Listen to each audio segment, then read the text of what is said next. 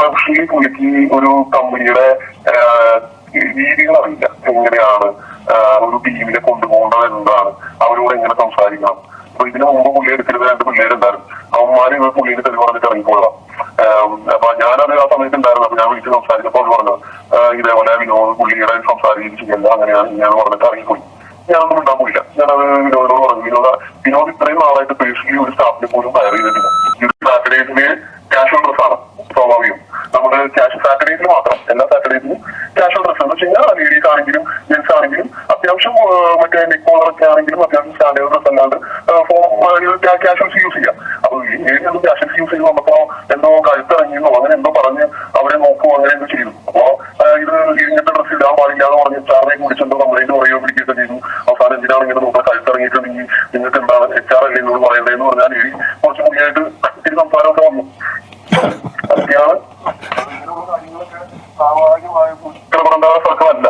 എന്നാലും പുള്ളിന്റെ ഒരു തലവിക്കും എല്ലാവരും സ്വാഭാവികമായിട്ട് ആരോടും വേണമെങ്കിലും അന്വേഷിച്ചാൽ മതി. ഓഫീസിൽ പോയി കോമണായിട്ട് സംസാരിച്ചാൽ മതി എന്ന് പറഞ്ഞാൽ ആരും ഞാൻ ഈ പറഞ്ഞതിൽ കൂടുതലല്ലാണ്ട് ആരും കുറച്ചു വരില്ല.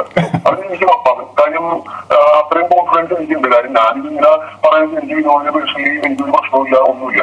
പക്ഷെ പുള്ളി അവിടെ ഒരുമാതിരിപ്പെട്ട എല്ലാവരും വെറുപ്പിക്കുന്നതാണ്.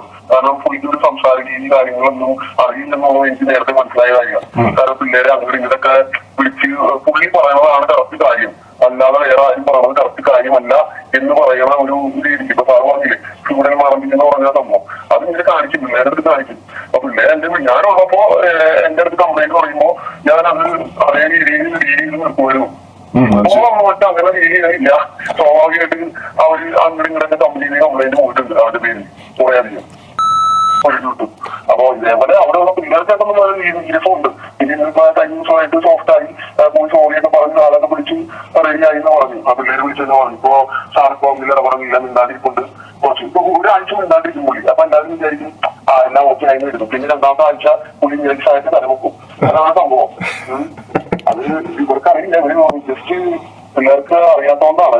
പുള്ളി ഒരു പ്രത്യേക ക്യാരക്ടറുള്ള ആളാണ്.